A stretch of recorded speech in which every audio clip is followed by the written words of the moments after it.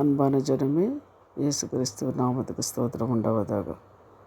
இன்றைக்கு கூட நம்ம ஆசீர்வாதம் பெற்றுக்கொள்வது எப்படி, யாருக்கு தேவன் ஆசீர்வாதம் கொடுத்தாரு, எப்படி இருந்தால் ஆசீர்வாதம் நம்மளுக்கு தேவன் கொடுக்குறாரு அப்படின்னு சொல்லி நம்ம பார்க்குறோம்.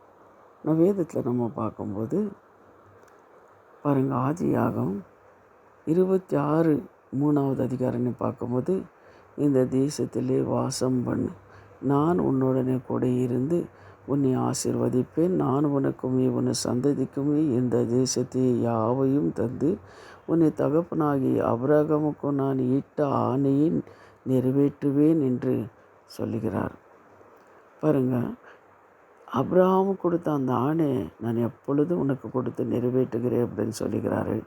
அதே ஆதியாகமம் 15:18 நீங்கள் பார்க்கும்போது, அந்நாளிலே கர்த்தர் ஆபிரகாமோடு உடன்படிக்கையை பண்ணி எகிப்தின் நதி துவங்கி ஐபிராத் நதி எல்லை என்றும் பெரிய நதி மட்டுமுள்ள தேசத்தை உனக்கு கொடுக்குறேன் அப்படின்னு சொல்கிறார். பாருங்கள், எப்படி இருந்தால் நம்மளுக்கு ஆசீர்வாதம். ஆபிரகாம் எப்படி இருந்ததுனாலே ஆசீர்வாதம் பெற்றுக்கொண்டார். ஆபிரகாம் என்ன பண்ணார், ஆண்டவர் கீழ்ப்படிந்ததுனாலே அந்த ஆசீர்வாதங்களை பெற்றுக்கொண்டார். ஆபிரகாம் ஆண்டவர் சொன்ன அந்த காரியத்துக்கு கீழ்ப்பட்டு அவிசுவாசம் இல்லாமல் நம்பி விசுவாசித்து அவர் போனதுனால ஆபிரகாமுக்கு ஆசீர்வாதம் வந்தது. தேவ ஜனமே, அதே போல் தான் நம்ம கூட தேவனை நமக்கு கீழ்ப்படியும் போது, அவர் கற்பனையின்படி நம்ம நடக்கும்போது, அவருக்கு முக்கியத்துவம் கொடுக்கும்போது, நம்மளுக்கு கூட தேவனை ஆசீர்வதிக்கிற தேவனாக இருக்கிறார். அதில் எந்த ஒரு சந்தேகமும் கிடையாது. அதே போல் இன்னொரு வசனத்தை கூட நீங்கள் பார்க்கலாம். அது ஆதியாகமம் 17:8, நீ பரதேசியாய் தங்குகின்ற கானான் தேசத்தையும் உனக்கு பின்வரும் உன் சந்ததிக்கும் நித்திய சுதந்திரமாக கொடுத்து நான் அவர்களுக்கும் தேவனாயிருப்பேன்.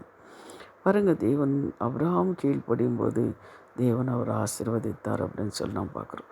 அதுபோல தான் உங்களை தேவன் ஆசீர்வதிக்கிற தேவனாக இருக்கிறாரு. நீங்களும் கீழ்ப்படியும் போது தேவன் ஆசீர்வதிக்கிறாரு. அதனால் இந்த வசனத்தை நீங்கள் வாசித்து, இந்த வார்த்தை தேவன் எனக்கு தான் கொடுத்திருக்கிறார் அப்படின்னு சொல்லி விசுவாசிங்க. கர்த்தர் உங்களை ஆசீர்வதிக்கிறவராக இருக்கிறார். இப்போ நம்ம ஜெபிக்கலாம். எங்களை அதிகமாக நேசிக்கிற பரலோக பிதாவே, நீர் கொடுத்த இந்த வாக்குத்தத்த வசனத்துக்காக நன்றியப்பா.